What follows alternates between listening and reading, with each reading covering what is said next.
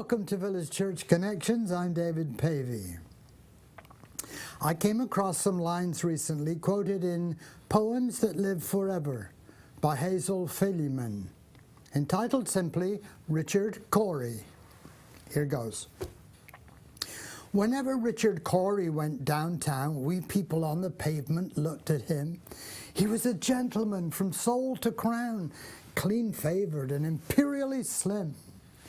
He was always quietly arrayed, and he was always human when he talked. But still he fluttered pulses when he said, "Good morning," and he glittered when he walked. And he was rich, yes, richer than a king, and admirably schooled in every grace. In fact, we thought he was everything to make us wish that we were in his place. So on we worked and waited for the light, and went without the meat and cursed the bread. And Richard Cory, one calm summer night, went home and put a bullet through his head. In spite of his apparent success, there were things going on in Richard Cory's mind that he kept well hidden. That, of course, is not unusual.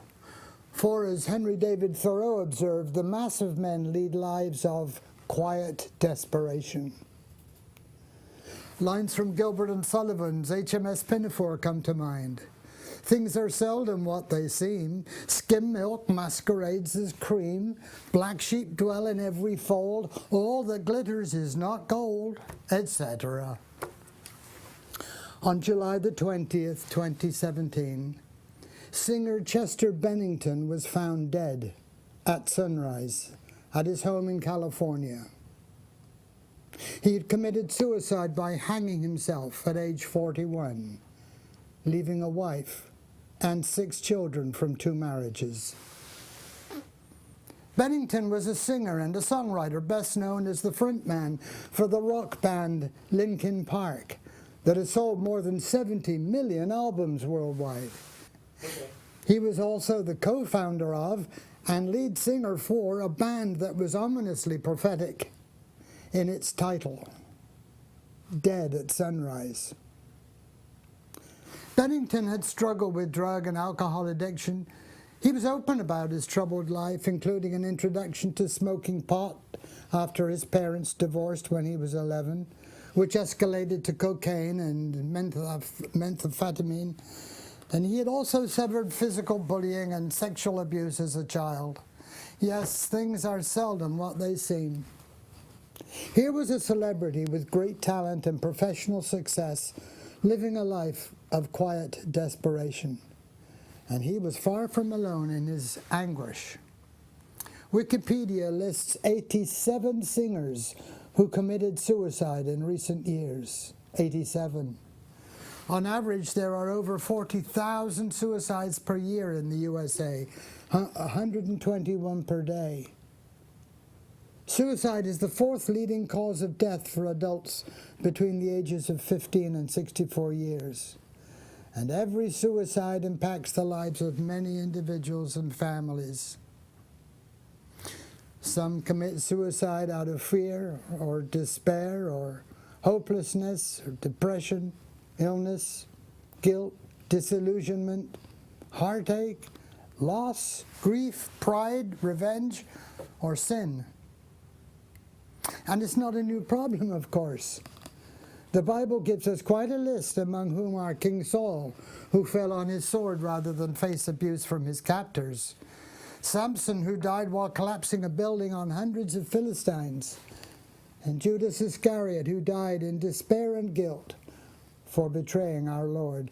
These men could have chosen a different way to deal with their situations, but they didn't.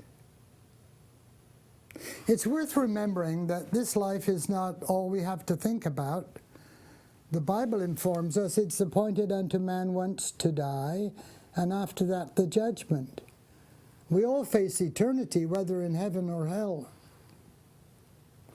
The Apostle Paul exhorted Christians to look out not only for their own interests, but also for the interests of others. It's not about being nosy neighbors, but about being alert and caring for people we have the potential to cheer and support. The Bible tells us how Cain killed his brother Abel, Then when questioned by God, he asked rhetorically, "Am I my brother's keeper?"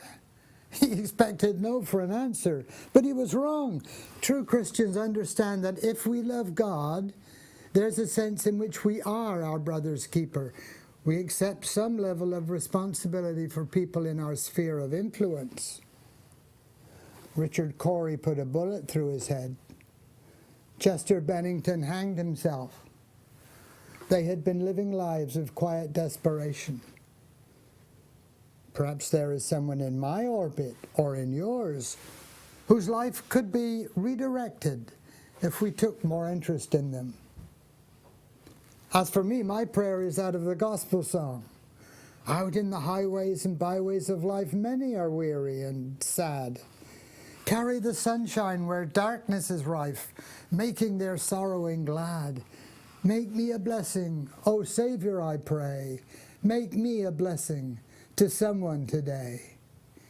You too? And thank you for tuning in to Village Church Connections.